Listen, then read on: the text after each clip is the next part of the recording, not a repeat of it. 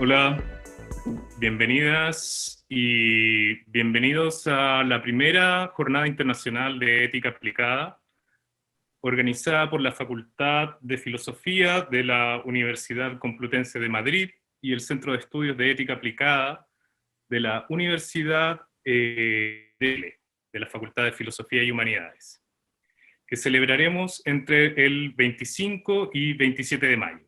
Mi nombre es Luis Guzmán. Soy miembro organizador junto a la doctora Blanca Rodríguez de la Universidad Complutense de Madrid, el doctor Íñigo Álvarez de la Universidad de Chile y la doctora Andrea Hidalgo de la Universidad de Chile. También contamos con la colaboración de la red de posgrados Humaniora.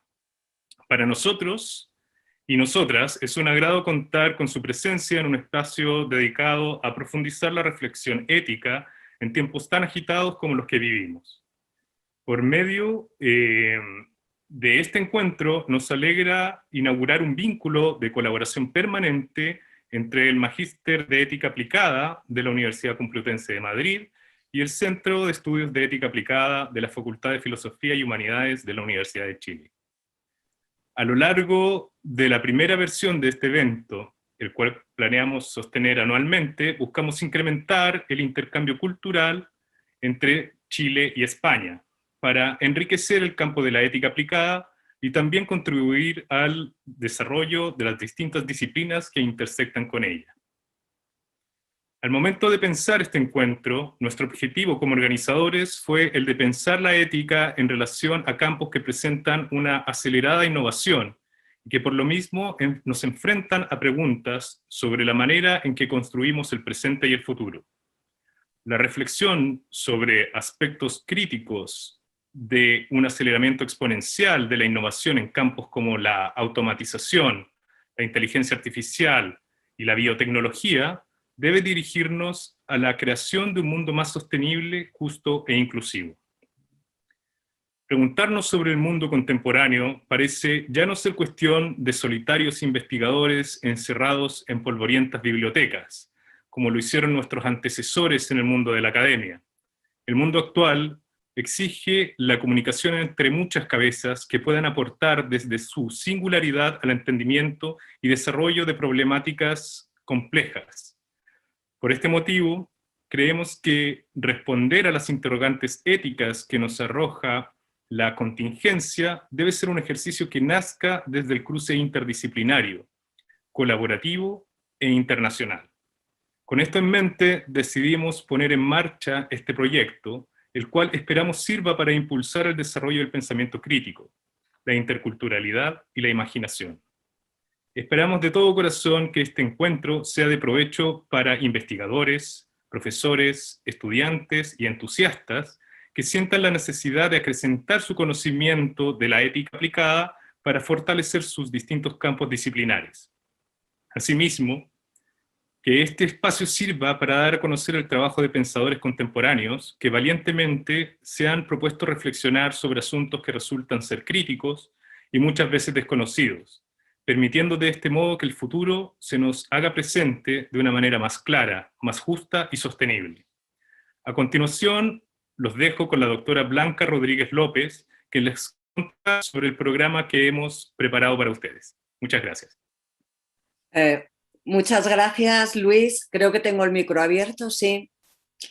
Bueno, en primer lugar, bienvenidos a todos los que estáis a primera hora de la mañana en Chile y a todos los que estáis todavía con el último bocado de la comida en la boca en España.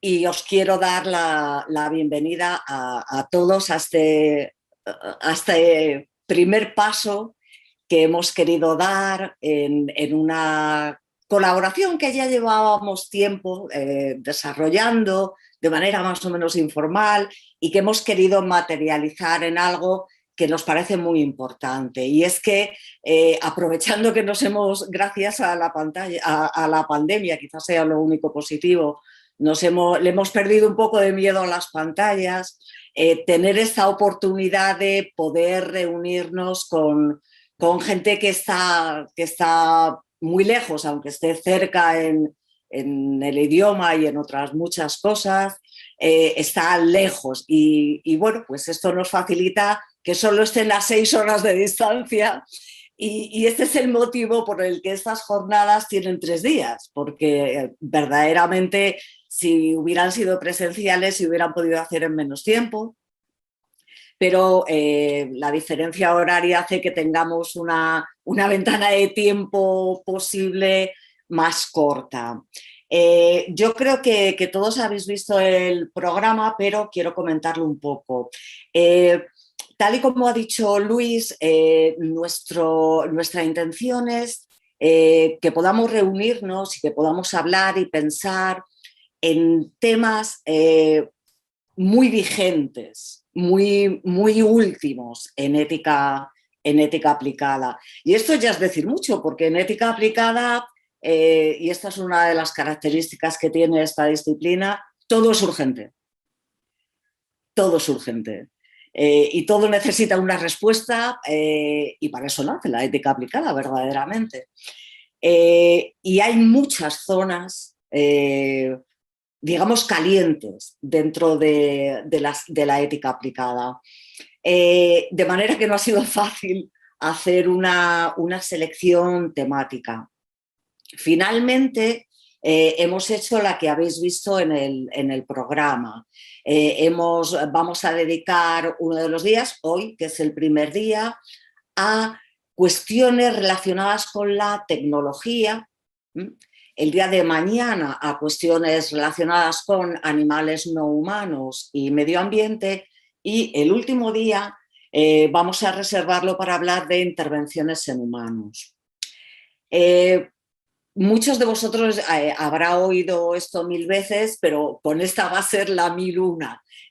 Ninguna de estos 3 grandes bloques, y ni mucho menos las divisiones dentro de estos 3 bloques, son compartimentos estancos. Ni mucho menos. Porque, bueno, pues todos vivimos en el mismo planeta, los animales no humanos y los animales humanos. La tecnología nos afecta a todos en sus distintas vertientes, en sus distintas vertientes medioambientales. Las intervenciones que hacemos sobre los propios humanos también pueden incidir de una manera o de otra en el medio ambiente, en los animales no humanos. Es decir, que es relativamente fácil encontrar vasos comunicantes entre todos estos temas. Como pretendemos que esto sea anual, bueno, pues en otros años buscaremos otras áreas temáticas, pero estas han sido las que nos han parecido importantes para un primer acercamiento. El día de hoy es especialmente largo porque hoy tenemos una conferencia inaugural que hemos seleccionado también sobre un tópico relacionado con la tecnología para, digamos, no dispersar nuestras energías el primer día. La conferencia inaugural la dará Chi Shaoxin y hablará, bueno, el título ya lo sabéis, es Filosofía de la Internet del Todo. Y luego tendremos una mesa redonda. Todos los días tenemos una mesa temática con 3 participantes que hablan de temas más o menos relacionados.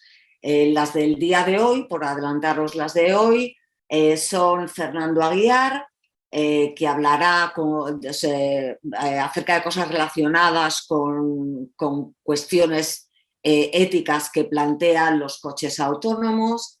Daniel Santibáñez, que hablará del impacto de los algoritmos en ética y en política. Y por último, Francisco Lara, que presentará una idea de un asistente moral virtual, que es un proyecto que me es muy querido particularmente. El resto de lo que me queda por decir son cuestiones prácticas. Las jornadas, bueno, vamos a intentar, no, yo me voy a empeñar personalmente en que seamos muy puntuales, ¿de acuerdo? De manera que si alguien tiene interés en asistir a una sesión, pero no a otra, no esté con la duda de, Dios mío, ¿habrán empezado o no? En el caso de que alguna de las sesiones acabe antes, cortamos y volvemos a iniciar a la hora prevista. Eso es lo que pasará hoy, ¿de acuerdo? Hoy tenemos, como os decía, la conferencia inaugural. Después se hará un turno de preguntas. Acabemos a la hora que acabemos. La mesa empezará a las 11 chilenas, 5 españolas. E intervendrán los 3 participantes en la mesa por el orden en el que están anunciados. Y al final, una vez que hayan intervenido los 3, habrá un turno de preguntas. Es muy importante que las preguntas las escribáis en los chats, o bien en el de YouTube o bien aquí en el de Zoom, ¿de acuerdo? Tenemos personas que van a leer vuestras preguntas y después de terminar la sesión se las transmitirán a los ponentes, ¿de acuerdo? Otra cosa que os voy a pedir y que es importante para que Internet no los deje tirados en este momento, es que por favor mantengáis las cámaras apagadas y los micros, no ahora, que ahora estoy encantada de veros unos cuantos, pero una vez que esto empiece en serio con la conferencia inaugural, sí os rogaría por favor que apaguéis las cámaras y apaguéis los micros. Si alguien tiene alguna duda sobre los procedimientos, sobre los micros, sobre las preguntas, ahora es el momento en el que podéis hacerlas. ¿Hay alguna en el chat, Andrea? Hola a todos y todas, buenos días, buenas tardes, según sea el caso. Aprovecho de presentarme solamente para no responder monosilábicamente. No, por el momento tenemos buenos días, buenas tardes, tenemos la procedencia de quienes nos acompañan, tenemos a toda Hispanoamérica presente, México, Chile, España, distintos lados, así que valga el buenos días y el buenas tardes, porque estamos cada uno a la hora que nos corresponda. Preguntas específicas no han habido todavía, pero no sé si alguien quiere levantar la mano o escribir algo en el chat. Una duda sobre el certificado, tiene Alfonso Tebar. Cuéntanos, Alfonso. No nos escribe. ¿Dónde está Alfonso? Bueno, el certificado, ¿se dará al final de la jornada? Sí, se va a dar al final de la jornada. Tiene que completar 80% de asistencia, recuérdenlo, para poder acceder al certificado. Nos saludan desde Chile el Instituto Psiquiátrico Horwitz de Santiago. Hola, Carolina. Con el mismo correo, vuelve a decir Alfonso. Sí, con el mismo correo. Con el que te inscribiste, Alfonso. No hay más preguntas, al parecer, Blanca. Perfecto. Bueno, pues entonces, como he prometido ser puntual, y eso significa no atrasarse, pero tampoco adelantarse, vamos a cerrar la presentación de las jornadas aquí y a las 11 chilenas, a las 9:30, dentro de 15 minutos exactamente, empezamos la conferencia inaugural. Y por favor recordad apagar las cámaras y los micros, y este es el momento de 15 minutos que todos estábamos deseando para ir a buscar un café. De nuevo, bienvenidos a todos, estamos muy contentos de veros y de estar aquí, y en un cuarto de hora volvemos. Hasta ahora.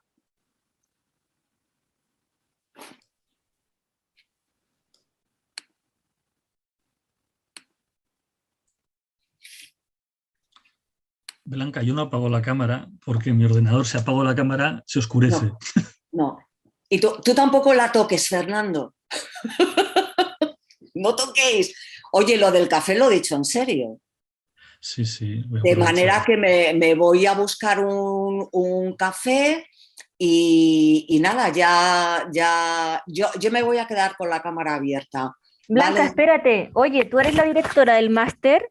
Sí, sí, soy la coordinadora, sí. Porque por la televisión salió que eras máster en ética. En, Le corregí. en éticas aplicadas, de Sí, momento. eso sale, pero sale como si tú fueras el máster en la ética, en ética Como si, aplicada. como si yo Máster del misma fuera el universo. máster. Claro. No, no, Entonces le dije a Álvaro que por favor, que tú sí, eres sí. doctora en qué, yo no sé qué, en Filosofía. qué. Claro, doctora en filosofía, estamos saliendo al aire en este momento. Ah, sí. Y bueno, la coordinadora. Sí, Nos soy la vamos al café coordinadora del entonces. máster. Y Nos las vamos al dos, café entonces. sí, venga, vamos a por el café. Ok, Y bueno, ahorita mismo nos vemos. ok, Chao. chao.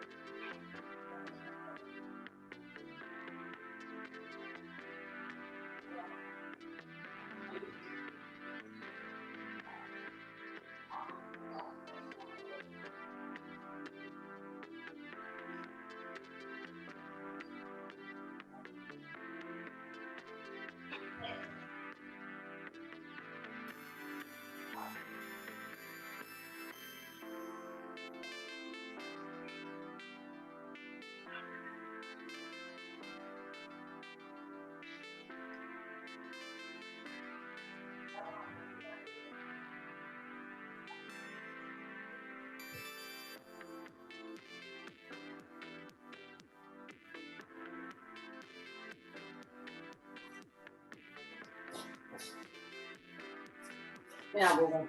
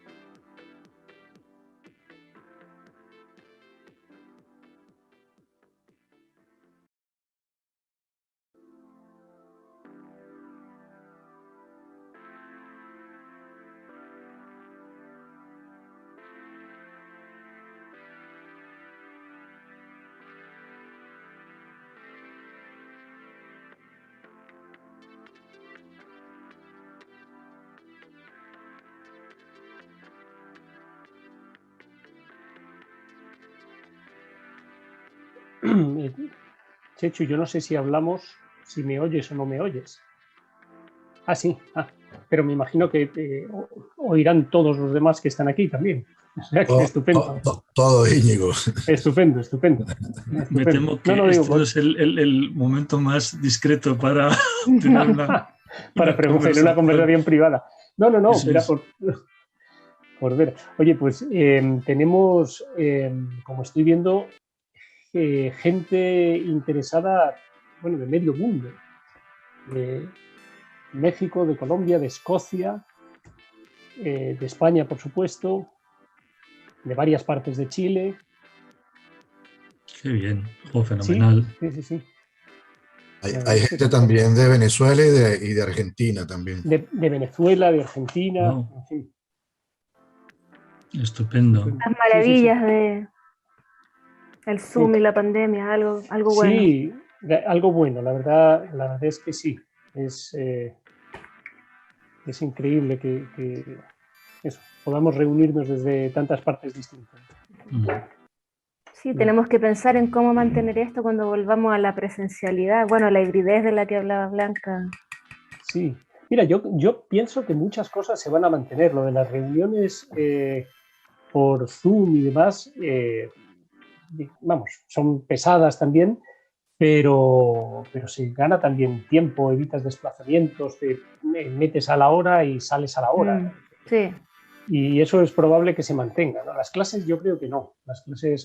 La clase presencial es insustituible, yo diría. Sí, la docencia tiene un componente personal que es importantísimo, pero para reuniones, para seminarios, también yo creo que de alguna manera democratiza también la difusión del conocimiento, porque antes no todo el mundo podía hacerse un viaje largo para asistir a un congreso o para ir a una reunión. Eso era siempre un problema para muchos grupos o proyectos que estaban pues con poca financiación, ¿no? No podías decir, oye, mando a 3 o 4 personas a este congreso.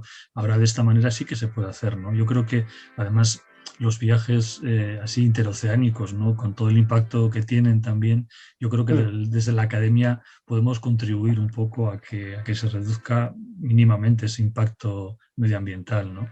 Pero es verdad que las clases yo creo que son insustituibles, eso sí que... Sí, es así. Porque además, aquí por lo menos la experiencia que yo tengo en las clases, en licenciatura, en magíster y doctorado no, pero en licenciatura la tendencia generalizada es apagar no solo el micrófono, sino la cámara. Sí. Y al final uno está dando clase a una pantalla gris. Así que, aunque solo sea por eso, por poder tener la interacción personal con los demás, es fundamental la presencia. Vamos. Totalmente. Eso es insustituible. Yo, me he dado cuenta este año, ¿no? De lo importante que es para dar clase ese tipo de interacción. Y en cambio, pues como decimos, para seminarios, para reuniones, para congresos, yo creo que esto pues nos abre una nueva posibilidad, sobre todo de poder comunicarnos pues con Chile, con lugares que son especialmente lejanos, ¿no? Y que no es tan fácil viajar, o sea, ya antes de la pandemia, no es barato, no es fácil y... Oye, qué bien está por cierto, este montaje. ¿Lo estáis viendo? No lo habías visto, sí lo mandé anoche yo. Pero sí, es que para ustedes anoche era anoche, madrugada. pero ayer tuve un día de estos, en fin. Además que anoche para mí, para usted era madrugada. Sí, de hecho yo lo vi cuando digo, ya no hago nada. Y esa mañana hemos tenido la presentación en un concurso de titularidad en la UNED, con lo cual llevo todo el día delante de una pantalla. Realmente. La estética de las jornadas realmente ha sido un pilar de su elaboración. Yo estoy encantada con cómo nos ha quedado. Esta es mi favorita. Sí, ¿no es cierto? Sí, esta es mi favorita. ¿Son piezas de algún museo de allí o...? Son creaciones de Luis Guzmán. nuestro colaborador que está por ahí de parte del comité organizador. Qué bueno. Sí, mira, Miren, les cuento, les comento. En sí. el chat, lo iba a comentar yo, que sí, que dicen que efectivamente que las clases presenciales son irreemplazables, pero están siendo muy convenientes. Yo, de hecho, este año tengo a una estudiante Erasmus inglesa que no ha podido salir de su país. Claro. Está asistiendo a las clases porque las estoy retransmitiendo en streaming. O sea que yo creo que ha sido una gran ayuda y que deberíamos aprovechar el impulso, no para hacer las clases online, que eso es una bobada, a nadie, ni a los profesores ni a los alumnos nos gustan las clases online, pero sí como suplemento o cuando alguien simplemente pues tienes, en fin, que hay que aprovecharlo. Bueno. En mi reloj son y 29 ahora. Álvaro viene en 2 minutos, esperémoslo. Perfecto, sí, por supuesto. Sí.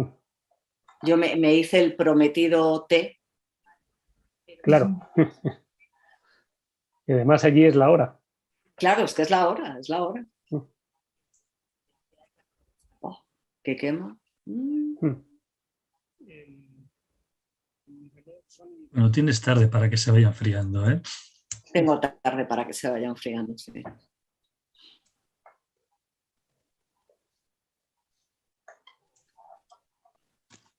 Bueno, nuestro tras bambalinas no tuvo mucho porque estamos todos los asistentes en realidad están participando de la conversación tras bambalinas. Sí. Bueno, perfecto. Pero está muy bien. Sí, sí. Se democratizan también las conversaciones privadas. Claro. Bueno, no estamos diciendo ninguna inconveniencia, así que... No. Estamos con el monotema.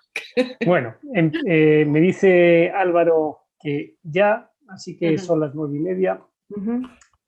Bien, pues continuamos con las jornadas. Buenos días en Chile, buenas tardes en España y en otros varios sitios que están conectados. Hablábamos ahora hace unos minutos de gente que nos está viendo desde México, desde Colombia, desde Escocia, desde varias partes de Chile, desde Venezuela, desde Argentina, en fin, y demás. Así que buenos días o buenas tardes, dependiendo del lugar. Damos así comienzo a estas jornadas internacionales de ética aplicada. Tengo el placer, el honor de presentar al doctor Chechu Ausin, que, como les decíamos antes, va a dictar esta conferencia inaugural titulada Filosofía del Internet del Todo. El profesor Ausin es doctor en filosofía por la Universidad del País Vasco, actualmente científico titular en el Instituto de Filosofía del CSIC, que es el Consejo Superior de Investigaciones Científicas, para quien no lo conozca, aparte de profesor invitado en varias universidades, colaborador en el Instituto de Gobernanza Democrática Governance, fue fundador de la revista electrónica de éticas aplicadas Dilémata, que ya tiene unos cuantos años de recorrido, y ahora forma parte de los equipos de investigación de InBots y de Bakar Sain, Soledad no deseada y cuidados. Es vocal independiente de la Comisión de Ética Pública del Gobierno vasco y colabora también en la red Espacios sobre ética salubrista para la acción, cuidados y observación social. Ha trabajado fundamentalmente sobre la ética aplicada, sobre la ética pública, sobre la bioética, los derechos humanos, la filosofía de las tecnologías disruptivas. Y por citar simplemente alguno de sus trabajos, podemos recordar los libros Pasando Fronteras, El valor de la movilidad humana, del año 2015, Conceptos y valores constitucionales, del año 2016, Hacer en Hacer, del año 18, otros trabajos como Ética pública para generar confianza, Aproximación al principio de precaución, códigos de buenas prácticas, The Public Dimension of Care, en fin, unos cuantos trabajos sobre estos temas. Hoy, como decíamos hace un momento, nos va a hablar de la filosofía del Internet del todo. Les recuerdo, también lo hemos dicho antes, que al final de la conferencia dejaremos unos minutos para que los asistentes puedan hacer preguntas. Así que, sin más preámbulo, bienvenido, Chechu, te cedo la palabra y adelante. Bueno, buenas tardes o buenos días a todas y a todos. La verdad es que te agradezco mucho la presentación y desde luego agradezco al comité y en concreto a ti, Íñigo, y a Blanca, pues que me hayáis invitado a participar en estas primeras jornadas internacionales de ética aplicada. Y que me siento un poco abrumado por esto de dar la conferencia de apertura, pero quiero pensar que soy el telonero de todos los excelentes colegas que van a intervenir a continuación, tanto esta tarde como en los días sucesivos, a muchos de los cuales conozco y admiro y son una fuente de inspiración. Así que yo, la verdad es que en la presentación Luis hablaba de que intentamos arrojar algo de claridad en este mundo complejo. Yo les voy a compartir mis perplejidades, entonces no sé si voy a aportar claridad, pero por lo menos voy a intentar presentar algunas dudas que se me plantean, ¿no? Es verdad, como comentabais al principio en la presentación de las jornadas, que vivimos un momento de gran aceleración, ¿no? Precisamente los que hablan de esta nueva era de los humanos, del antropoceno, dicen que se caracteriza precisamente por una transformación radical de la biosfera y también de nuestros contextos sociales, económicos y culturales de una manera muy acelerada, que es esa velocidad, una de las características que está imprimiendo este cambio y que bueno, pues realmente nos obliga a interpelarnos sobre el mismo. También hablabais de las urgencias, ¿no?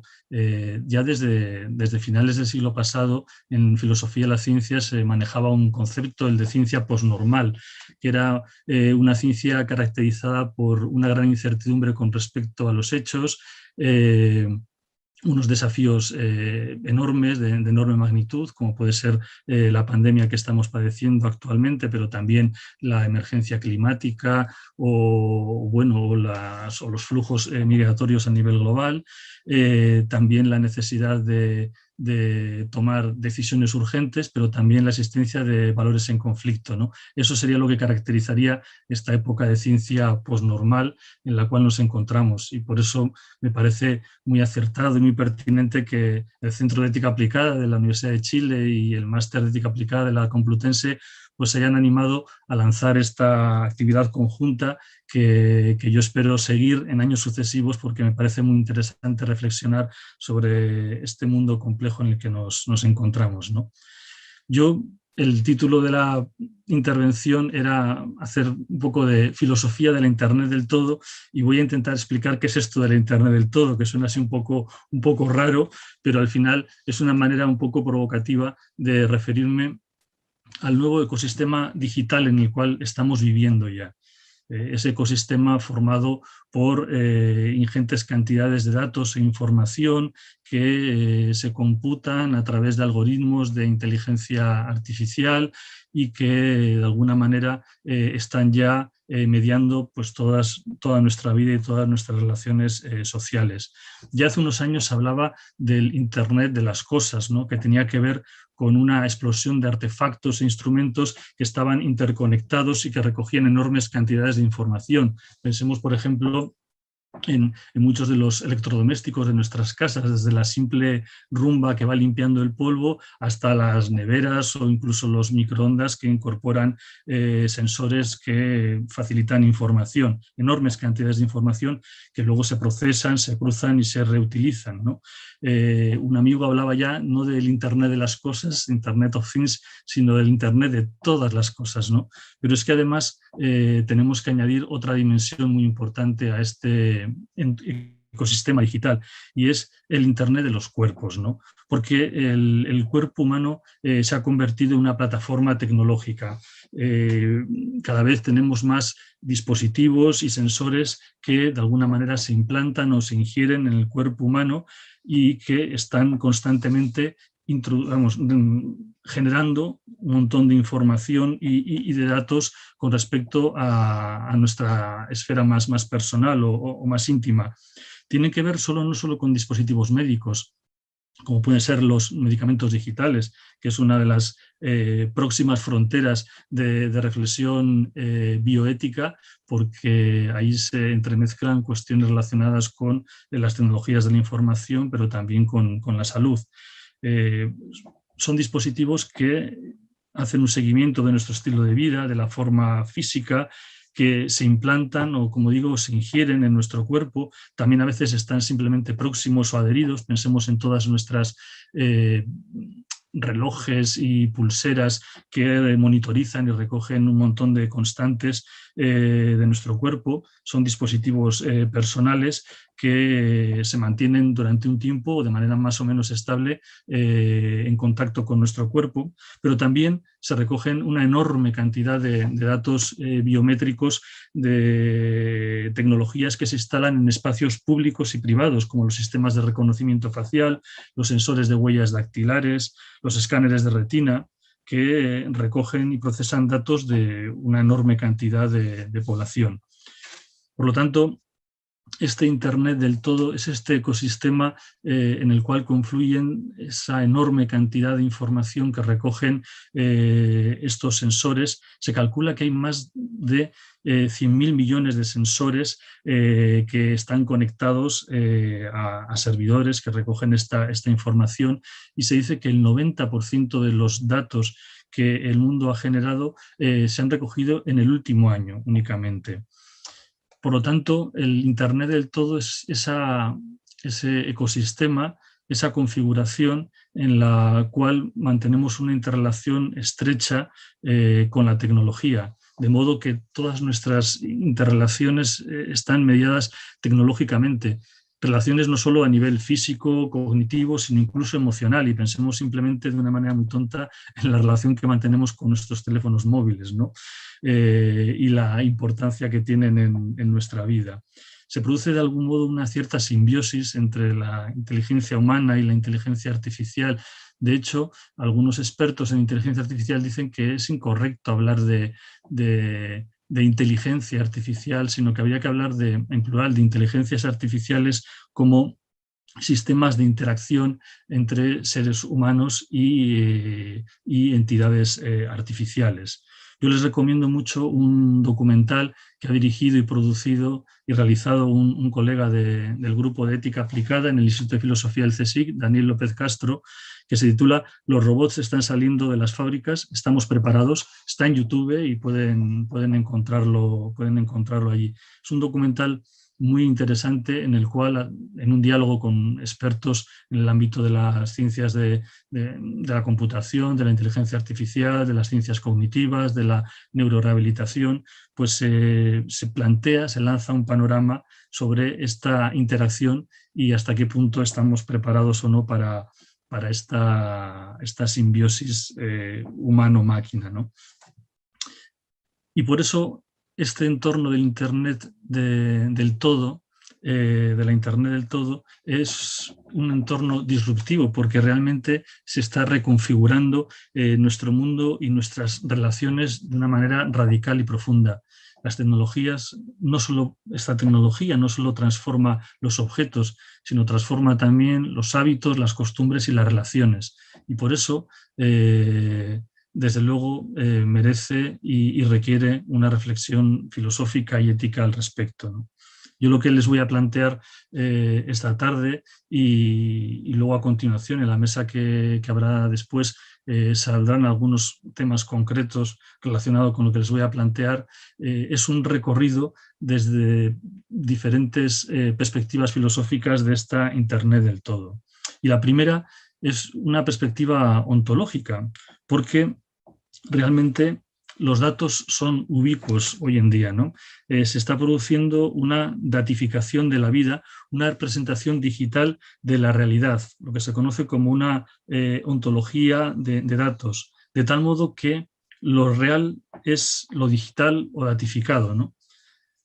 Y en este sentido, aquí el tamaño importa, porque al cambiar el volumen y la cantidad de los datos que se están manejando, que es enorme, una auténtica enormidad, se está cambiando de algún modo la esencia de la realidad. Esta idea de datificación es una vieja aspiración de la humanidad, pero hoy, con las tecnologías de la información y la comunicación, está al alcance de la mano y realmente estamos transformando en datos todo, por eso la Internet del todo. Antes veíamos que hay millones de sensores en los objetos que nos rodean, pero también hay millones de sensores relacionados con nuestro cuerpo y con nuestra interacción, porque se cuantifica pues, el espacio a través, por ejemplo, de la geolocalización, se cuantifican las interacciones humanas a través, por ejemplo, de las redes sociales como Facebook, Twitter, LinkedIn. Se cuantifican los actos más esenciales de la vida, como el sueño, la actividad física, la presión sanguínea, la respiración, a través de toda esa monitorización en la Internet de los cuerpos. Se datifica, en realidad, todo aquello de lo cual se puede recoger algún tipo de información, ¿no? Y esto lo que provoca, desde el punto de vista ontológico, es que ya parece que no son los átomos la base de todo lo que es, sino que sería la información. Es lo que ha llevado a algunos teóricos como Luciano Floridi a hablar de la infosfera, ¿no? Como una nueva realidad, una nueva perspectiva del mundo basada en datos que pueden ser explorados, pero también explotados. Y esto es un asunto muy importante que me lleva a una segunda dimensión. Pasamos de la dimensión ontológica de esta realidad datificada a la dimensión antropológica, ¿no? ¿Por qué? Porque cuando hablamos de que estos datos son explotados es que esta datificación de todos los aspectos de nuestra vida se le otorga también un valor comercial y por lo tanto nuestras actividades ya nos definen como un objeto mercantil. Habrán oído muchas veces aquello de que nosotros somos el producto y esto tiene una evidente importancia desde el punto de vista antropológico. Esta Internet del todo supone dos elementos desde el punto de vista antropológico. La idea de un yo cuantificado, es decir, de una representación de lo que es el ser humano en términos de datos. Ya hemos dicho que se datifican no solo nuestra presión sanguínea o nuestros datos corporales, sino también nuestras interacciones sociales, nuestros estados de ánimo, nuestros comportamientos, es decir, elementos también intangibles de nuestra vida. Y ese yo cuantificado se combina también con una concepción que se ha venido a llamar la optimización de uno mismo, ¿no? Esa idea de que estamos constantemente siendo emprendedores de nosotros mismos, algo que está muy de moda, ¿no? De modo que el tiempo libre se vive igual que el tiempo de trabajo y está atravesado por las mismas técnicas de evaluación, calificación y aumento de la efectividad. Necesitamos los likes, necesitamos el reconocimiento a través de las redes. Al final, esta economía que nos tiene como producto y a la vez como trabajadores, es una economía de la atención, ¿no? De tal manera que hay una narrativa universal que regula nuestra vida y que viene de algún modo legitimada por los datos masivos y los algoritmos que los manejan, ¿no? Si en la economía clásica hablábamos de la mano invisible del mercado, ahora podemos hablar de la mano invisible del flujo de los datos, ¿no? Que parece ser que es lo que organiza nuestra vida, ¿no? Y la auténtica herejía sería desconectarse de ese flujo de datos.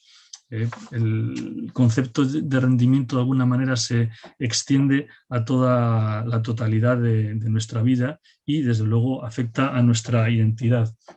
Precisamente ayer o antes, el sábado pasado, una compañera del Instituto de Filosofía, Remedios Zafra, escribió un artículo muy, muy bonito que titulaba Un mundo sin párpados, y me permito leerles un pequeño fragmento del mismo que tiene que ver con esta nueva concepción del ser humano en este entorno digital, en esta Internet del todo. Dice lo siguiente Remedios Zafra. Dice, hay quien sitúa la crisis del sujeto contemporáneo en la disolución de las esferas pública e íntima y en su fusión en el mar público-privado que conformamos en nuestras habitaciones conectadas, habitaciones como las que estamos ahora manteniendo esta conversación, esa idea de que hay una desaparición de lo privado. Sigue Remedios Zafra, dice, pienso en las culturas pasadas y diversas que conozco, y en todas ellas un rasgo común ha sido la protección de la esfera privada. Ahora no solo no se protege, sino que muchas personas buscan visibilizarla en la red, como si eso fuera parte reclamada para su expectativa laboral y de socialización, convirtiendo sus vivencias en capital. Lo que acabamos de decir, los datos son explorados pero también explotados.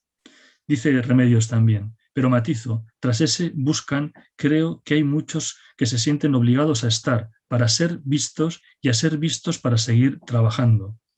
Dice, hace tiempo que el modelo de negocio digital brinda gratuitamente sus servicios de uso a cambio de apropiarse de datos y de tiempo, incentivando la conversión del sujeto en producto. Esta es la base de lo que se conoce como el clickbait o la economía de la atención en la que nos encontramos ahora. El artículo es precioso y se titula Un mundo sin párpados. Se publicó el sábado 22 de mayo en el periódico El País, por si quieren leerlo completo. Por lo tanto, tenemos ya un mundo de datos, una ontología de datos, esa dimensión, podríamos decir, metafísica de la infosfera, una dimensión antropológica que tiene que ver con esa visión del yo cuantificado y de la optimización de uno mismo, en la cual ya no hay una distinción entre la esfera pública y privada. Hay un libro también muy, muy interesante de Jonathan Crary que habla del 24/7, esa conexión permanente, las 24 horas del día, los 7 días de la semana, en la que nos encontramos constantemente trabajando y produciendo de manera gratuita para los gestores de las redes, de las aplicaciones, etc. Pero también me gustaría hablarles un momento de otra dimensión filosófica de esta Internet del todo, que es la que tiene que ver con la epistemología. Tradicionalmente, la metodología para alcanzar el conocimiento era la investigación científica que se articulaba mediante la observación, la articulación de hipótesis y su posterior contrastación con los datos a fin de establecer inferencias causales, lo que se conoce como explicación causa-efecto. Pero con la Internet del todo, con este ecosistema digital, se ha cambiado el modelo de conocimiento y se privilegian las correlaciones como modelo explicativo de la realidad, atendiendo al análisis de enormes cantidades de datos en función de unos propósitos que funcionarían como una suerte de hipótesis, ¿no? Es lo que se conoce como la minería de datos, que es el procedimiento mediante el cual se extrae información no trivial, previamente desconocida y potencialmente útil de los datos mediante el descubrimiento de patrones con significado, es decir, mediante el descubrimiento de correlaciones. Y a esto hay que decir que la tensión entre explicaciones causales y correlaciones no es nueva, pero ha adquirido una relevancia especial en este contexto de los datos masivos. Y hay que insistir una vez más que no es lo mismo causalidad que correlación. La causalidad siempre implica correlación, pero la correlación no necesariamente implica causalidad. Y el hecho de que dos eventos se den habitualmente a la vez o de manera consecutiva no implica que uno sea la causa de otro. Y esto es muy importante. Lo cual no quiere decir tampoco que las correlaciones no tengan importancia o no sean un indicio de causalidad. Pero hay que distinguir las correlaciones relevantes de otras que son espurias, engañosas o falsas. Y desde un punto de vista epistemológico esto es muy importante.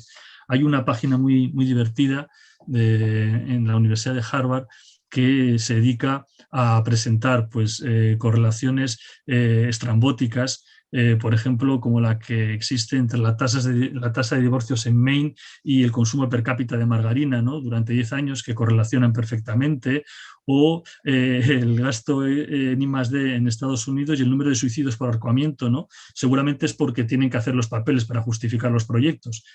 Yo eso ya encontraría una causalidad y no sería una mera correlación. Pero es importante ser conscientes de las limitaciones también de estos modelos de correlación, porque lo que subyace en estas correlaciones espurias es precisamente la existencia de variables ocultas, lo que habitualmente conocemos como sesgos, ¿no? ¿Qué es un sesgo al final? Es una variable oculta, un prejuicio en nuestro modo de procesar la información, una tendencia a percibir de un modo distorsionado la realidad, una determinada predisposición. Y hay que decir que muchos de los algoritmos y de los procesos que se basan en esta Internet del todo, algoritmos de inteligencia artificial, gestión de enormes cantidades de datos, están profundamente sesgadas. Y además hay que decir que el Big Data, que se había planteado como la panacea para la toma de decisiones más acertada, imparcial y eficiente, que evitaría los errores humanos, que se plantea casi como un nuevo paradigma de conocimiento, pues obvia algo básico, y es que los sesgos no desaparecen nunca aumentando el tamaño de la muestra, sino que muchas veces incluso aumentando el tamaño de la muestra, los algoritmos tienden a magnificar los sesgos, ¿no? Por eso son sesgos y no son confusores, que es otro concepto diferente. Y esto hay que tenerlo muy en cuenta desde un punto de vista epistemológico. No me voy a extender mucho con respecto a los sesgos. Además, Daniel va a hablar luego de la algocracia y supongo que también nos hablará de los sesgos en los algoritmos, pero hay que distinguir que hay dos fuentes, ¿no? Que provocan estos, podríamos decir, errores en el procesamiento de la información basada en correlaciones. Los sesgos implícitos en los datos, y es que muchas de las muestras de Big Data con las que se enseña a las máquinas incorporan sesgos en los datos que se seleccionan, y entonces los algoritmos lo que hacen es amplificar incluso ese sesgo, ¿no? Ocurre mucho, por ejemplo, con las máquinas que se entrenan para el reconocimiento de imágenes de modo artificial, ¿no? Y así, por ejemplo, hay investigaciones que dicen que se comprobó, ¿no?, que los varones representaban un índice muy bajo de personas cocinando, de tal manera que una máquina, en cuanto veía una persona en una cocina, automáticamente la identificaba como mujer, ¿no? Pero porque el algoritmo había sido enseñado con este sesgo, ¿no? Hay también sesgos de género, por ejemplo. Se ha comprobado en estudios cómo las mujeres reciben menos posibilidades de anuncios de trabajo en Google, sobre todo anuncios altamente cualificados, que los varones, ¿no? Y así hay muchísimos ejemplos, ¿no? Por otro lado, también hay otra fuente que magnifica los sesgos, y es la que tiene que ver que el algoritmo, el software, hace suyo el prejuicio, la tendencia subyacente en la sociedad para poder acertar. Por ejemplo, la policía de varias ciudades norteamericanas usa algoritmos y análisis de Big Data para pronosticar los lugares en los que es más probable que haya delincuencia. Pero sobre esto de las políticas predictivas lo veré un poco más adelante. Pero acuden más entonces a estas zonas y detienen a más gente cometiendo delitos, con lo cual se refuerza el ciclo negativo en las mismas, ¿no? Algo que, por ejemplo, ya reflejaba en aquel documental norteamericano Bowling for Columbine, que dirigió Michael Moore, si no recuerdo mal. Por lo tanto, los algoritmos se presentan bajo una apariencia de neutralidad, pero no dejan de ser opiniones encapsuladas, que hay muchas discriminaciones debidas a algoritmos que se van detectando, ¿no? El primer certamen de belleza juzgado por un ordenador colocó a una única persona de piel oscura entre 44 vencedores. Facebook pues permite que a los anunciantes que excluyan de su target comercial a determinadas minorías étnicas, y en cambio que incluyan, por ejemplo, a jóvenes identificados como vulnerables y depresivos. Y luego ya en cuestiones ya de índole de derechos fundamentales, que luego también volveré un poco sobre ellas, un programa que usa el Departamento de Justicia de Estados Unidos para pronosticar la reincidencia de los presos, etiquetaba el doble de mal a los acusados negros que a los blancos, de modo que aquellos eran tratados de una manera más dura por el sistema penal. Todo esto son ejemplos que ya son muy conocidos. Hay una publicación de una científica de datos, Cathy O'Neil, que se conoce, está traducido al español, es Armas de Destrucción Matemática, que es muy interesante para analizar este asunto de los sesgos en el ámbito de los algoritmos y del manejo de datos masivos, ¿no? Pero también, aparte de esta visión un poco más micro, que tiene que ver con los algoritmos y los códigos, podríamos hacer una reflexión epistemológica más amplia, ¿no? En 3 niveles. Una, que tener más datos no implica automáticamente un mayor y mejor conocimiento, porque además tener ingentes cantidades de datos puede conducir a la confusión y a más falsos positivos, porque además desde esta perspectiva se privilegia mucho el conocimiento como una mera toma de decisiones, como si todo consistiera en elegir entre alternativas, cuando bueno, pues el conocimiento implica otra serie de elementos que no es la mera decisión, ¿no? Otra reflexión general es que los datos no siempre son información significativa y la información a veces no contiene el valor que le da cada sujeto. Es decir, a veces no son realmente importantes para un individuo, para una sociedad, de modo que además los algoritmos tienden a ser tremendamente conservadores porque reflejan lo que hay y escamotean la discusión, que es una discusión filosófica y ética, sobre, por ejemplo, qué valores son preferibles. Por lo tanto, los algoritmos no tienen ninguna ambición transformadora y son tecnologías que registran lo que somos, pero quizás no en absoluto tienen ningún interés en tener esa dimensión transformadora, ¿no? Y una tercera característica es que este Internet del todo se puede acabar considerando como una especie de cima o culminación de la civilización humana, ¿no? Hay una mistificación de la red que en realidad lo que está produciendo, como comentan algunos críticos, es una era de infantilización cultural, ¿no? Yo pienso yo tengo un hijo adolescente y pienso que, bueno, al final te dice, no, espera a ver lo que dice Google, y entonces esto es el oráculo, ¿no? Esta es la última frontera. Y sin embargo, la propia estructura de la red y de cómo se estructura este conocimiento en el Internet del todo, pues produce una fragmentación, una distracción, una baja reflexión. Un colega, un antiguo profesor, Javier Echeverría, que ha escrito mucho sobre la esfera de lo digital, dice que el teléfono móvil es nuestro tecnochupete, ¿no? Es con lo que estamos ahí amorrados y agarrados, ¿no? Y que más que hablar de una cultura, de una sociedad del conocimiento, como pomposamente se nos denomina, habría que hablar de una sociedad de la ignorancia, ¿no? Donde prevalece una incultura acrítica de analfabetos funcionales, ¿no? Donde normalmente nos dejamos llevar por las mentiras que queremos creer, ¿no? Esos son las fake news, ¿no? Ese fenómeno y por también estar enganchados a los clics, que es lo que caracteriza la economía de la atención a la que me he referido antes. Bueno, hasta ahora hemos visto un plano ontológico, un plano antropológico, un plano epistemológico de este ecosistema digital, y estamos en unas jornadas de ética aplicada y evidentemente no se puede obviar la dimensión ética que tiene este ecosistema, la posibilidad de generar daños.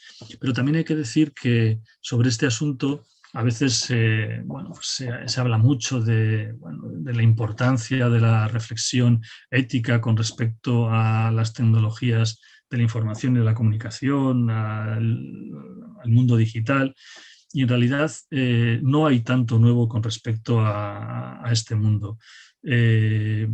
podríamos plantearnos algunos deberes que son comunes a otras tecnologías que se han desarrollado hasta la actualidad. Deberes como el deber básico de minimizar los daños, un deber de seguridad y de protección, sobre todo con respecto a los individuos, pero también a los colectivos y situaciones de especial vulnerabilidad, ¿no? Eso existe con respecto, y es un deber también con respecto a otras tecnologías que de alguna manera se transfiere a este ámbito de la Internet o del todo del ecosistema digital. También el deber de maximizar los beneficios, ¿no? Los beneficios potenciales pues deben superar el posible riesgo para los sujetos, las comunidades y el medio ambiente, ¿no?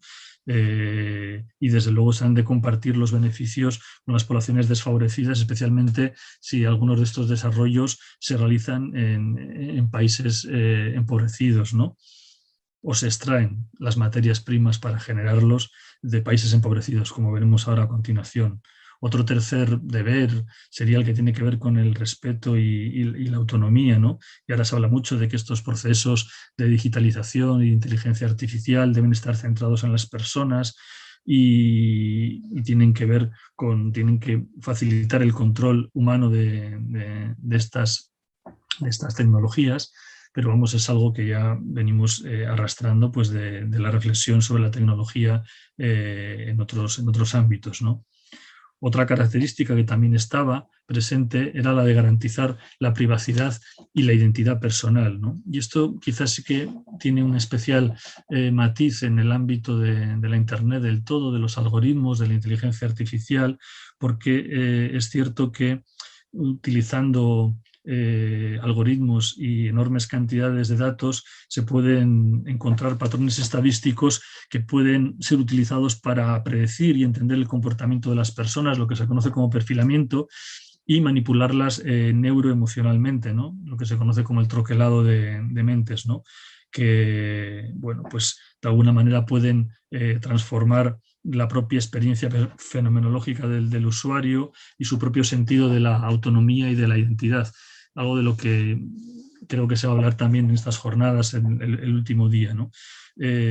Por lo tanto, es muy importante garantizar esta privacidad que en el ámbito de estas tecnologías especialmente invasivas, ¿no? y que de alguna manera están en permanente contacto y en simbiosis con nosotros, pues es muy importante. Y así se está planteando en algunos ámbitos, y creo que es en el caso de Chile que en el proyecto de nueva Constitución se quería o se estaba discutiendo introducir la figura de los neuroderechos humanos, ¿no? A través por el impulso de un proyecto que dirige el investigador Rafael Yuste en la Universidad de Colombia, y que tienen que ver con la protección de la libertad cognitiva o autodeterminación mental, ¿no?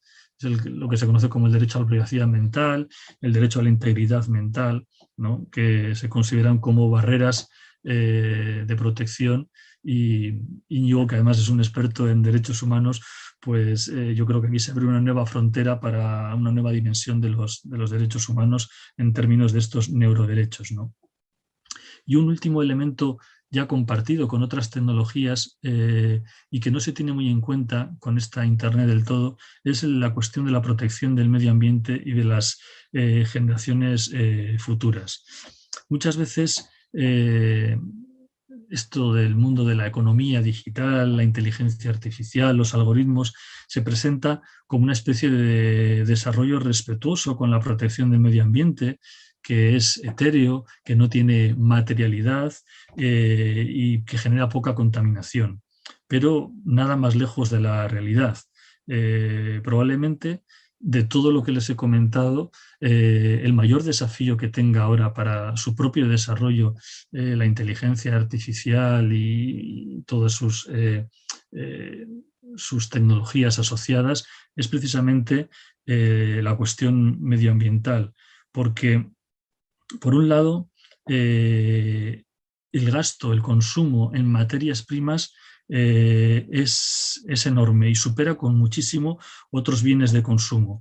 Por ejemplo, para que se hagan una idea, el gasto en combustibles fósiles utilizados en la fabricación de un ordenador de sobremesa como el que estamos utilizando ahora supera 100 veces su propio peso, mientras que para un coche o una nevera la relación es de 1 a 1 entre ambos pesos, el de combustibles fósiles usados en la fabricación y el del producto en sí. La materialidad también, que tiene que ver con la extracción de materias primas para el desarrollo de los dispositivos como los teléfonos móviles. Pero también el consumo enorme, pero enorme hasta cifras inimaginables, el consumo de energía que los grandes centros de computación y de almacenamiento de datos en la nube requieren y que generan una enorme cantidad de emisiones de CO2, porque mucha de esta energía no está producida de manera limpia. Existe ahora el compromiso de algunas grandes empresas, como de estas grandes gigantes como Amazon, como Apple, en reducir al máximo el gasto energético de sus centros de datos. Los están trasladando a lugares fríos, en el norte de Canadá o de Estados Unidos, en el norte de Europa, por ejemplo en Polonia, precisamente para reducir el consumo de energía. Pero también hay que decir que el mayor productor de minería de datos, por ejemplo, en el mundo es China, que no tiene ningún control con respecto a cómo se genera la producción de la energía que alimenta esos procesos que consumen muchísima energía y esos centros de datos. De hecho, existen estudios que dicen que el consumo eléctrico es tan grande que las emisiones de carbono asociadas con son tan ingentes, tan colosales, que puede poner en cuestión todo el desarrollo de la inteligencia artificial. Por eso, uno de los grandes retos que se están planteando ahora a nivel, por ejemplo, europeo, en el programa de reconstrucción que se llama Next Generation, es alinear la que se conoce como transición digital con la transición energética, porque hasta ahora han ido por separado y no tiene ningún sentido. Si no se alinean estas dos transiciones, realmente podemos llegar a un bloqueo y a un colapso. También algunas instituciones como por ejemplo el CSIC están investigando en el desarrollo de procesadores que sean más eficientes energéticamente, que no se calienten tanto y que por lo tanto no necesiten tanta cantidad de energía para su refrigeración. Pero la cuestión del consumo energético, la cuestión del impacto medioambiental es una enorme cuestión con respecto al desarrollo de esta Internet del todo, que ahora nos facilita el poder mantener esta conversación desde lugares tan dispares, pero que produce una huella medioambiental enorme, enorme. Como por ejemplo lo ha producido también cuestiones más cotidianas, como el consumo de películas en streaming a través de las plataformas que nos han mantenido entretenidos durante la pandemia, pero que generan un enorme consumo de energía. O cuestiones también como las famosas criptomonedas que se basan en tecnología blockchain, que se basa precisamente en la minería de datos que necesita enormes cantidades de energía para sus procesos, ¿no? Por lo tanto, esta cuestión de la protección del medio ambiente, que también de las generaciones futuras, que también viene del análisis de otras tecnologías, es de la máxima aplicación con respecto a esta Internet del todo. Otra cuestión también que es típica y ya viene de antes es que la tecnología, y en este caso también, debería promover la inclusión y la justicia, ¿no? Es decir, que de alguna manera no contribuya a generar más desigualdad y que este conocimiento y este beneficio que pueden producir y que sin duda producen estas tecnologías basadas en la inteligencia artificial y en la ciencia de datos, pues deben ser justamente distribuidos, ¿no? Sus beneficios. Todo esto es, digamos, lo antiguo que ya se hereda de otras, desde el punto de vista ético, de otras tecnologías. ¿qué sería lo realmente específico desde el punto de vista ético con respecto a esta Internet del todo?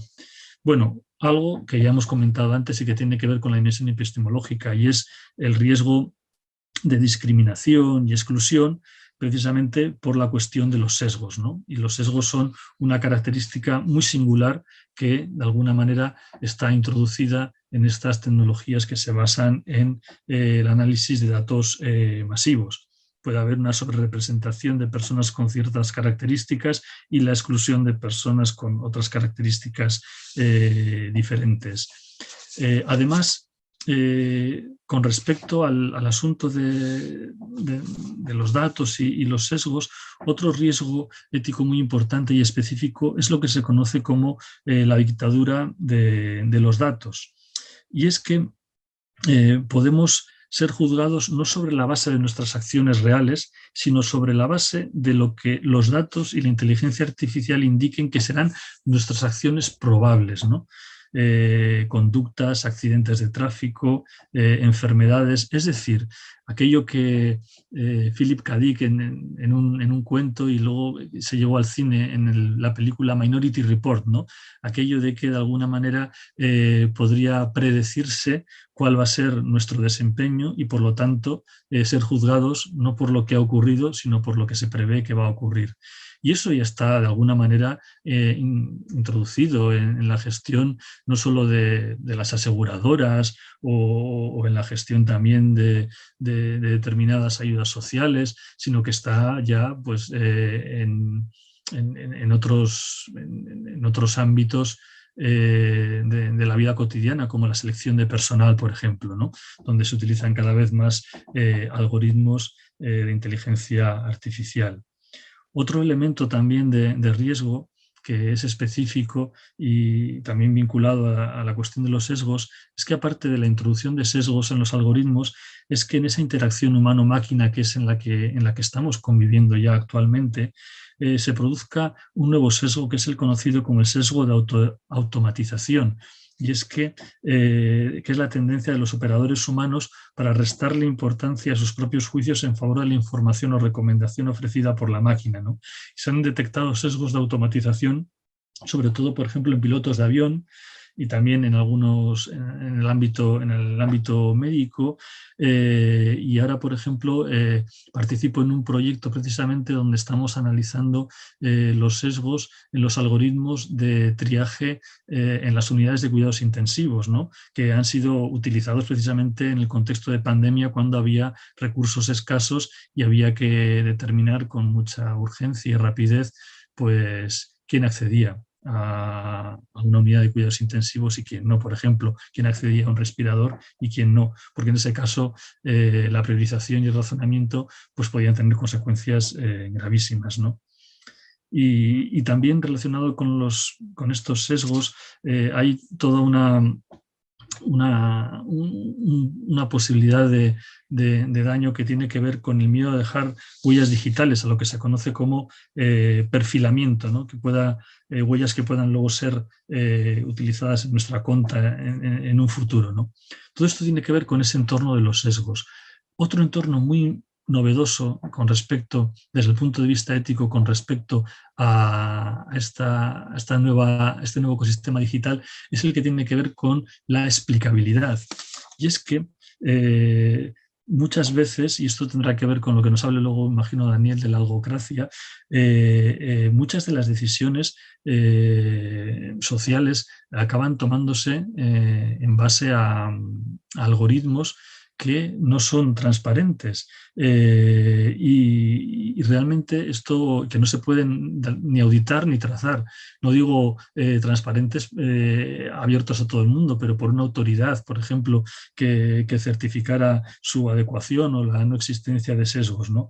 Es un asunto muy grave que incluso ha llevado a algunos constitucionalistas en España a defender que si los algoritmos toman decisiones administrativas deben ser considerados como reglamentos y por lo tanto deberían ser publicados como tales, como reglamentos jurídicos. Esto es muy importante. Por ejemplo, se dio un caso que llegó hasta el Consejo de la Transparencia de España, por el cual una persona le fue denegada una ayuda social y reclamó, y a esta persona se le dijo que el algoritmo había dicho que no tenía derecho a esa prestación, a una prestación pública.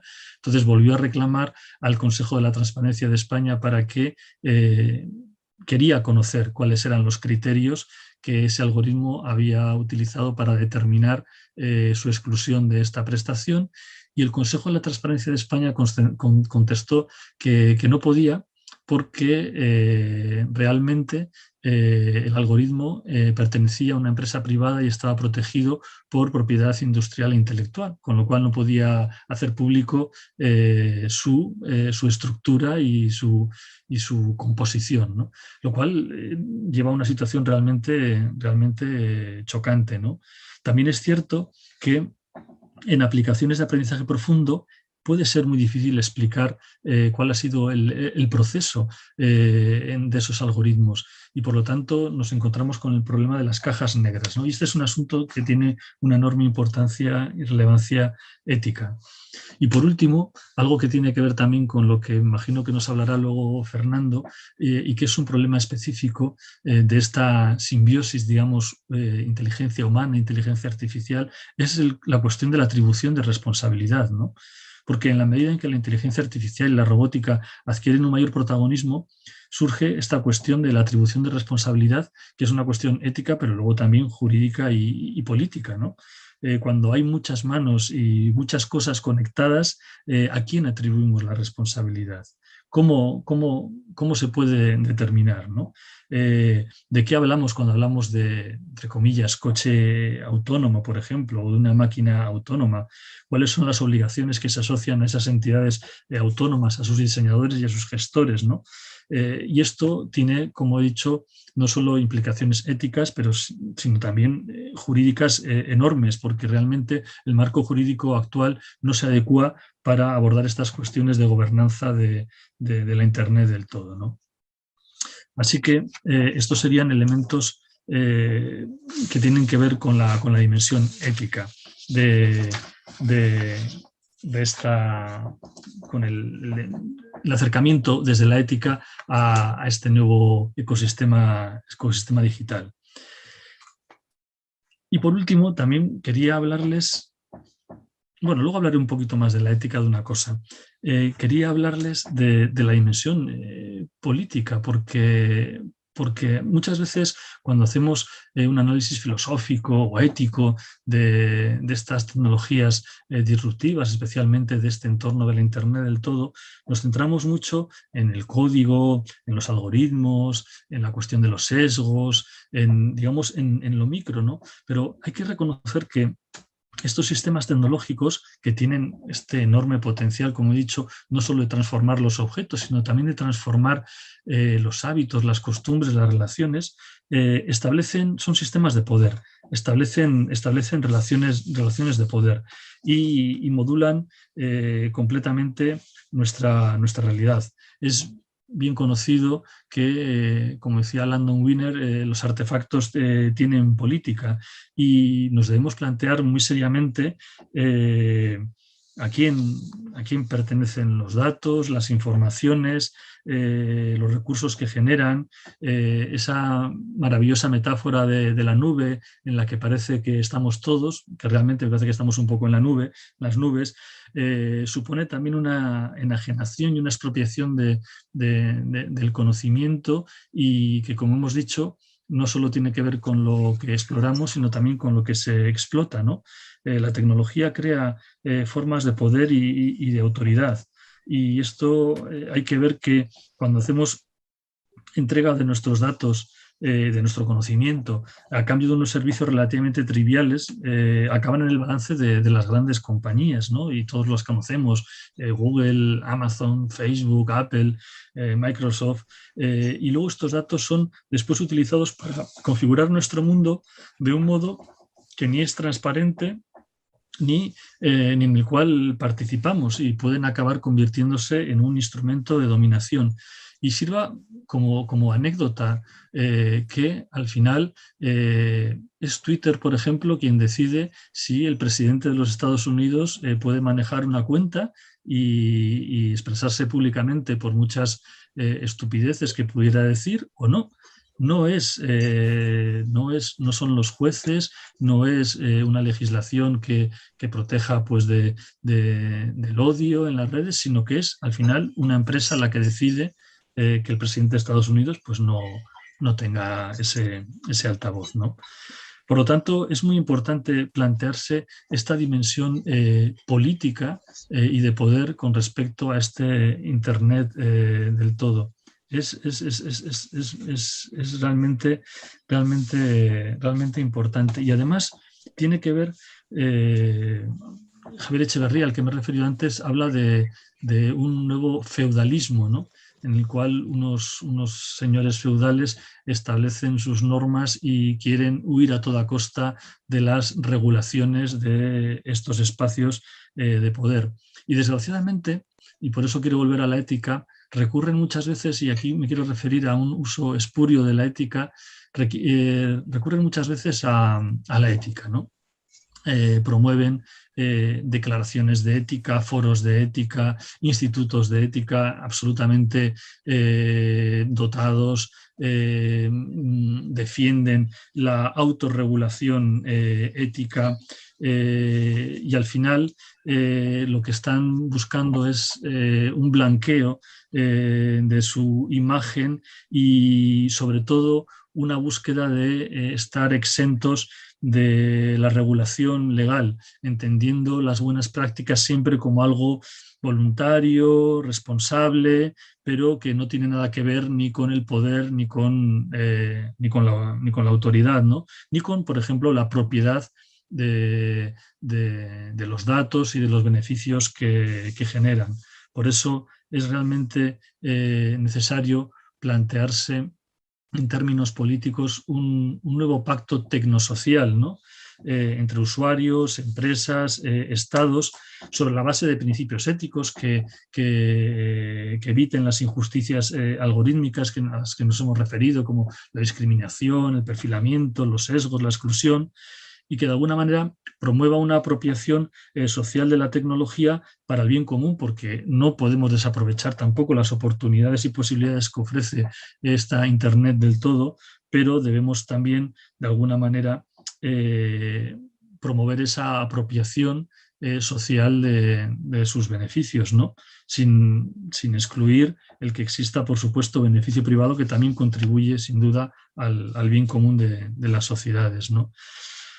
Así que hace falta filosofía y ética desde el diseño de esta Internet del todo para promover un uso socialmente responsable de esta tecnología y, por supuesto, para que no se vuelva en contra y provoque más desigualdad y más brecha social. Yo lo voy a dejar aquí y muchas gracias por haberme escuchado.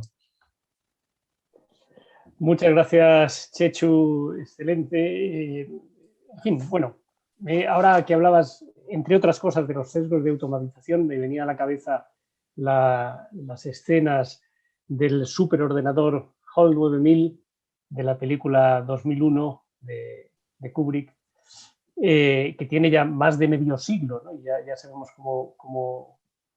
cómo acabó aquella situación. Bueno, se abren muchos frentes con todo lo que acabas de decir, se plantean muchas preguntas, creo que se deben plantear muchas preguntas, supongo que el tener muchas preguntas significa que seguimos siendo humanos a pesar de Internet, así que para darle la oportunidad de que hagan estas preguntas los asistentes, cedo la palabra a Andrea y después a José Luis. Adelante, Andrea, cuéntanos las preguntas que hay. Hola, Chechu. Gracias, Íñigo, disculpa, te interrumpí. Hola, Chechu, muy buenas tardes. Muy buenas tardes para ti, muy buenos días para nosotros todavía. Muchas gracias por esa presentación que levanta tal cantidad de preguntas y reflexiones, ¿no? Algunas de las preguntas son más bien comentarios y otros son preguntas en todo su derecho, ¿no? Pero me quiero permitir, si la audiencia me lo permite así, valga la redundancia, hacer una pregunta personal que me surgió. Es respecto al mundo sin párpados del que hablaste, ¿no? Este mundo 24/7 y las implicancias que tiene en una subjetividad que podríamos llamar individualista, ¿no? Una subjetividad del siglo XXI centrada en los individuos y en su deseo y su capacidad de consumo, que de alguna manera es como podríamos definir la subjetividad de las primeras décadas del siglo XXI, perdón, para no llamarle subjetividad neoliberal, ¿no? Entonces la pregunta tiene que ver con esto. Diríase que nuestra modernidad está atravesada por ejes semánticos que funcionan de una manera pendular, ¿no? ¿A qué me refiero?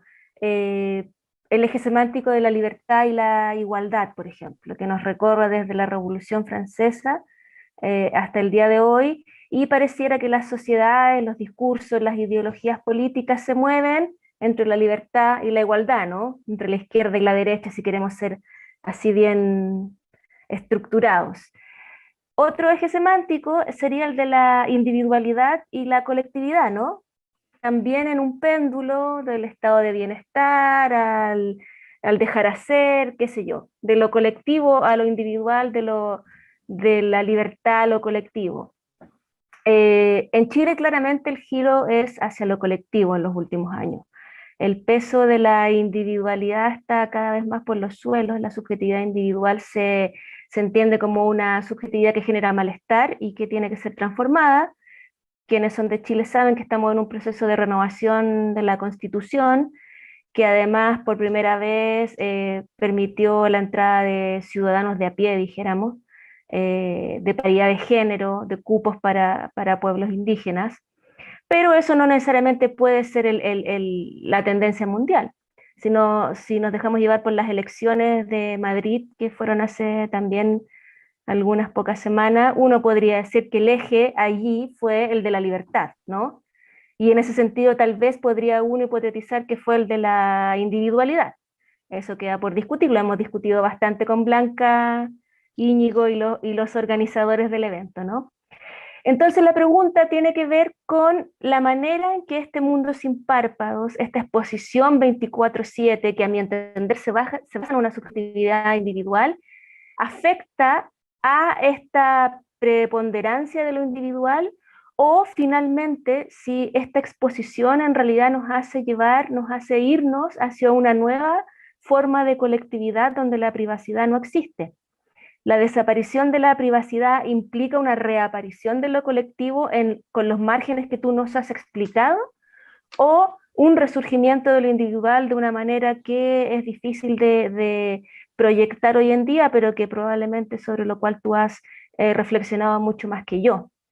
Esa sería mi pregunta. No sé si... Bueno, me parece que haces unas observaciones muy, muy interesantes y bueno, que nos darían para charlar mucho rato. Yo hace ya un tiempo con algunos compañeros habíamos estado precisamente reflexionando sobre la paradoja que se producía en este tiempo moderno, en el cual, por un lado, la distinción público-privado, como les leía en el texto de Remedios Zafra, se estaba difuminando de tal manera que estábamos enajenando nuestra vida privada y poniéndola en el espacio público constantemente, pero a la vez se estaba produciendo una erosión de lo público concebido como lo común, es decir, como lo compartido. Entonces hay una especie de tensión ahí, porque por un lado lo privado de alguna manera se exterioriza a veces de un modo casi podríamos decir obsceno en algunos casos, porque es una especie de... empezó ya este fenómeno que ahora se ha multiplicado enormemente con las redes sociales, pero empezó ya con fenómenos como la televisión basura, que aquí fue muy popular en España, ¿no? Con programas en los cuales la gente contaba sus experiencias más personales y más íntimas de manera pues no sé,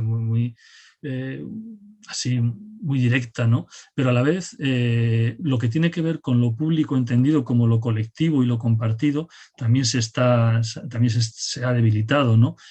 Hay una erosión en algunos ámbitos de los servicios públicos, aunque yo creo que y espero que el fenómeno de la pandemia nos haga comprender que hay de estos desafíos a los que nos enfrentamos no se puede salir en términos individuales, sino que tiene que hacerse en términos colectivos y compartidos.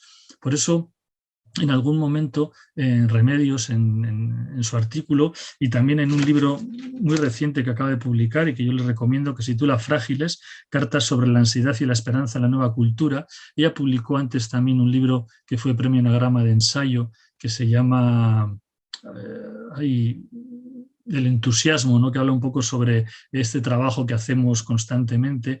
Él habla sobre todo de la multitud de solos conectados, ¿no? O sea, somos multitudes, pero estamos aislados, ¿no? No generamos espacios comunes, no generamos iniciativas compartidas, aunque también hay que decir que yo no quiero presentar una visión negativa de esta Internet del todo, sino solo de una de las derivas que es la preponderante, porque frente a esa, podríamos decir, Internet de las masas, ¿no? de esa Internet sin párpados, también hay una Internet de las pequeñas cosas, ¿no? De pequeños contribuidores, que es distribuida, que es de código abierto, que tiene muchísimos contenidos. Pensemos, por ejemplo, en fenómenos como la Wikipedia, ¿no? Que son tremendamente interesantes también, que ya parece que no podríamos vivir sin ella, ¿no?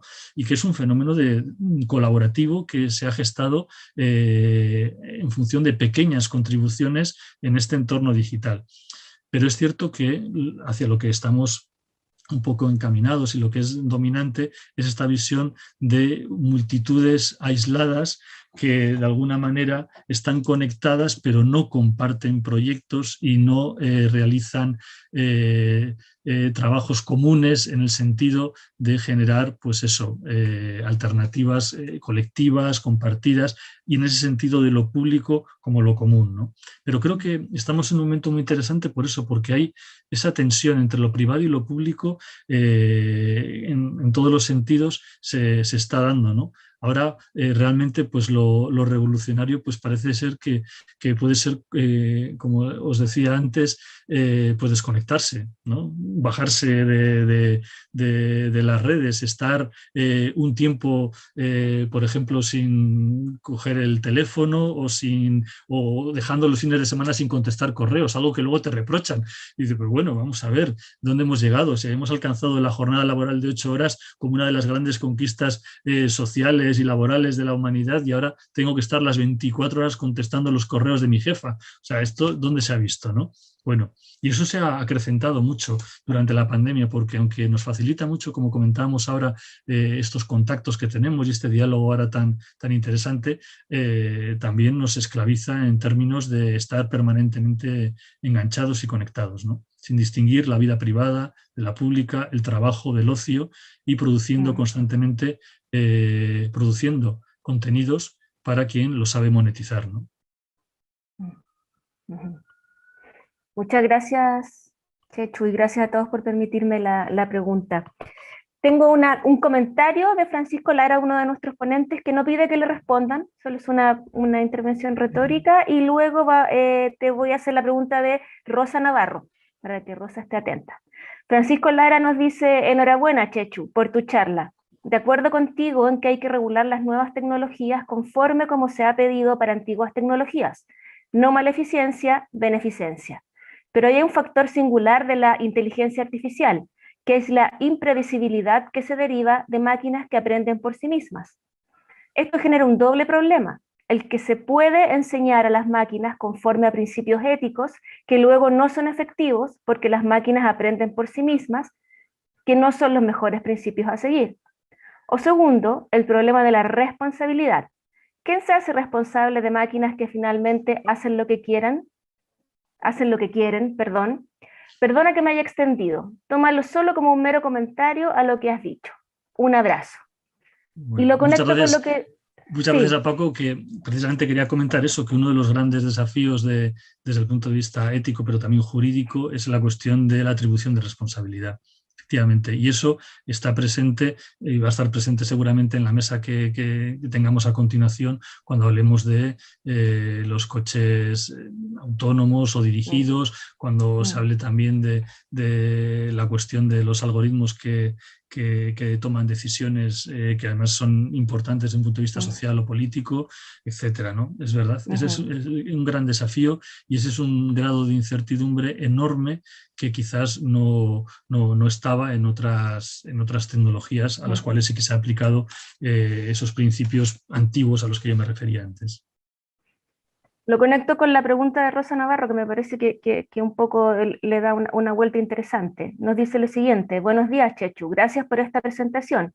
Muy interesante el desarrollo de esta Internet del todo y el desarrollo de las implicaciones éticas que también tienen muchas implicancias jurídicas para nosotros. Pero dentro de este nuevo ecosistema digital al que te refieres, existe la discusión sobre la propia ética de las máquinas, especialmente en la robótica, en la que se plantean derechos y reconocimientos de una ontología propia de los robots, tales como reconocimiento de autonomía y otros. ¿Cómo se inserta esta nueva realidad para nosotros? Bueno, pues es verdad que tiene que ver con el comentario de Paco Lara. Efectivamente, ahí lo que tenemos que... Hay diferentes grados, ¿no? de cómo podemos de alguna manera articular estas diferentes posibilidades de responsabilidad. Hay enfoques que dicen, bueno, no, al final la responsabilidad última, yo tengo algunos colegas juristas que trabajan en responsabilidad jurídica y dicen, bueno, la inteligencia artificial, las máquinas son máquinas y entonces el responsable último es el diseñador, el propietario o el que utiliza la máquina y se acabó, no hay más historia, ¿no? Pero es verdad que nosotros estamos en interacción y que incluso puede darse algún tipo de decisión compartida. En este sentido, por eso me refería a que la inteligencia artificial es más bien, son inteligencias colectivas y entonces habrá que establecer algún tipo de, pues vamos a decir, responsabilidad distribuida, ¿no? O modulada en función de, incluso en un proceso evolutivo, en función un poco de los diferentes niveles de implicación que se pueda tener tanto el agente humano como el agente no humano en la decisión, en un proceso, etc. Pero habrá que determinar eso. Eso es realmente complicado porque realmente estamos en un proceso de evolución a través de esa interacción. Y efectivamente, qué tipo de...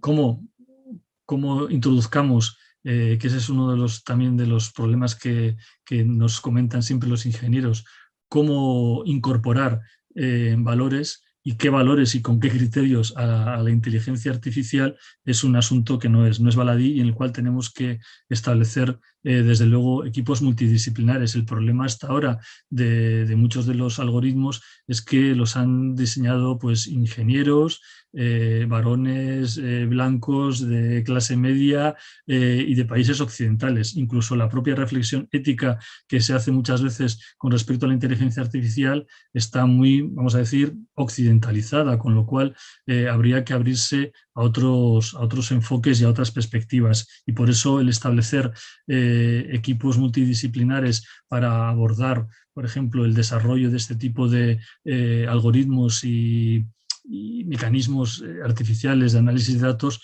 es crucial, con antropólogas, con expertos en filosofía, con sociólogos, etcétera, etcétera.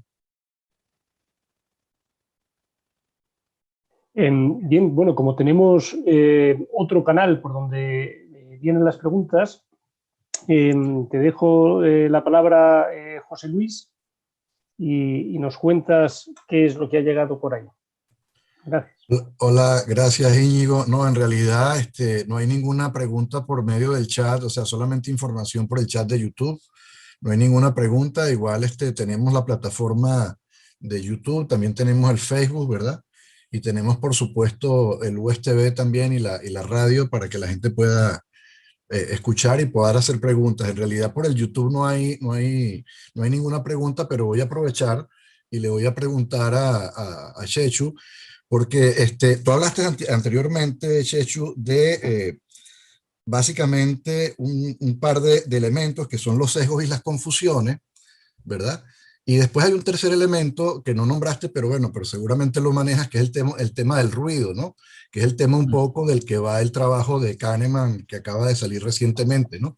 Y aunque esté enfocado básicamente a las decisiones humanas, ¿verdad? Que tienen que ver, por ejemplo, cómo de repente diferentes médicos sobre un mismo paciente dan 3 tipos de diagnóstico totalmente diferentes, ¿verdad? Unos recomiendan operación, otros recomiendan hacer fisioterapia o cualquier cosa, o cualquier tratamiento alterno, etcétera. Y después en términos de juicio también, cómo sobre un mismo crimen diferentes jueces pueden evaluar de manera diferente, si eso se trata así en el plano de las decisiones normales que tenemos. ¿Qué sucedería si pasamos eso al plano de dejar que la inteligencia artificial termine de detectar? ¿Se daría una cosa de promedios? ¿Qué se daría? ¿Qué piensas tú que puede pasar ahí? Claro, ese es el problema también de confundir. Lo comentaba un poco como una de las reflexiones generales con respecto desde el punto de vista epistemológico, con respecto a estas tecnologías. Las particulares tienen que ver con el código, los sesgos, etcétera, y lo tenemos claro, ¿no? Pero también hay un problema general, o sea, y es que a veces los datos no pueden no ser significativos, más datos no significa necesariamente mayor conocimiento ni más atinado. Por ejemplo, uno de los asuntos que estamos analizando con el tema de los algoritmos para el triaje en las unidades de cuidados intensivos es que ese sesgo de automatización lo que hace es perder también o dejar en un segundo plano elementos, podríamos decir, cualitativos que son importantes a la hora del diagnóstico clínico, ¿no? Y que han formado parte de la medicina, entendida no solo como una técnica, sino también como un arte tradicionalmente, ¿no? ¿Qué es lo que pasa? Pues que, bueno, tendemos a una cierta automatización de las decisiones que no necesariamente puede ser la solución más adecuada para ese caso concreto, ¿no? Yo creo que los sistemas de inteligencia artificial y desde luego la gente que trabaja en ellos siempre los plantea en esos términos. Toda esta historia un poco de la singularidad y de la sustitución de la inteligencia humana por la inteligencia artificial es más bien una quimera y lo que se plantean son sistemas de apoyo, de acompañamiento, que permiten además tener una serie de mayores elementos de juicio, pero no debería llevarnos a perder pues, otras capacidades cualitativas, como por ejemplo en el ámbito de la práctica clínica, que tienen que ver pues, con eso que se llamaba también un poco el ojo clínico, ¿no? Entonces, es verdad que esa es una limitación desde el punto de vista también epistemológico, porque como les quería comentar, no necesariamente tener más datos implica tener más conocimiento. Tienen que ser datos significativos, tienen que estar adecuados al contexto y no necesariamente, como decíamos, las correlaciones implican causalidad, aunque sean un indicio enorme de que existe y por lo tanto sea muy importante tenerlas en cuenta. No quiero tampoco transmitir la imagen de que creo que la inteligencia artificial, por ejemplo, para el estudio se está utilizando ahora, el estudio de, ¿cómo se llaman?, radiografías, ¿no? Por ejemplo, de manera comparativa, ofrece patrones muy interesantes para la toma de decisión, pero no es la última la última ratio, podríamos decir, en términos jurídicos. Y por eso tenemos que siempre entender que es una inteligencia compartida entre agentes humanos y agentes artificiales. Ese es un poco el modelo al que yo creo que debemos llegar para no caer tampoco en una especie de simplismo o solucionismo tecnológico o determinismo tecnológico de que a través de los sistemas artificiales pues vamos a solucionar todos nuestros problemas de todo tipo, médicos, sociales y políticos incluso, ¿no? Eso es. Pero tienes mucha razón en lo que comentas, ¿eh? El problema del ruido y de esa información no significativa es muy importante también. Sí, gracias, José Luis. Andrea, ¿alguna otra pregunta que haya llegado por el chat? Íñigo, tenemos varias preguntas, la verdad, pero no sé si nos da el tiempo antes de irnos a la pausa. Sí, por razón del tiempo, bueno, podríamos hacer una para cerrar, si te parece. Ok. Sí. Vamos a elegir la de Gonzalo Brizuela. Profesor, ¿serán los algoritmos y el procesamiento de información masiva el comienzo de la erradicación del individuo como ser pensante y su libertad? Esa se parece bastante a la que ya habíamos conversado. Bueno, no sé si la erradicación, pero sí que como les he comentado, ya está estudiado, o sea, se está produciendo un cambio, por ejemplo, en los niveles de concentración, sobre todo se ha estudiado en adolescentes y en jóvenes, niveles también de comprensión lectora, por la propia estructura de los contenidos que se consumen a través de las redes sociales o de la web. Es decir, bueno, evidentemente nos preocupan y nos ocupan estas tecnologías porque tienen ese profundo potencial transformador y como les decía antes, no solo de los objetos, como era tradicionalmente en las tecnologías, sino también un poco, en este caso, de los hábitos, las costumbres y las relaciones sociales, ¿no? Y por lo tanto, sí que hay una transformación. Alguien puede decir que es a mejor, pero es cierto que perdemos capacidades, pero vamos, esto no hay que hacer tampoco grandes experimentos. Perdemos capacidades de memoria, capacidades también de orientación espacial, cuando dependemos, por ejemplo, constantemente de nuestras aplicaciones de geolocalización o echamos mano del móvil para cualquier consulta rápida. Es decir, hay algún tipo de capacidades pues, que se están transformando, ¿no? Pero eso también, la transformación es lo propio del ser humano, ¿no? O sea que deberemos decidir hacia dónde queremos hacer esa transformación. Íñigo, ¿tienes apagado el micrófono? Cierto, muchas gracias, Jesús. Decía que en atención al tiempo podemos ir cerrando ya esta conferencia inaugural. Muchísimas gracias, Chechu. Creo que es un excelente comienzo que estoy seguro va a tener una excelente continuidad también en las ponencias que siguen. Gracias a los asistentes, gracias por las preguntas, muchas preguntas, porque todos estos temas están relacionados, muchas preguntas volverán a surgir en las mesas que nos siguen, así que continuaremos este mismo diálogo.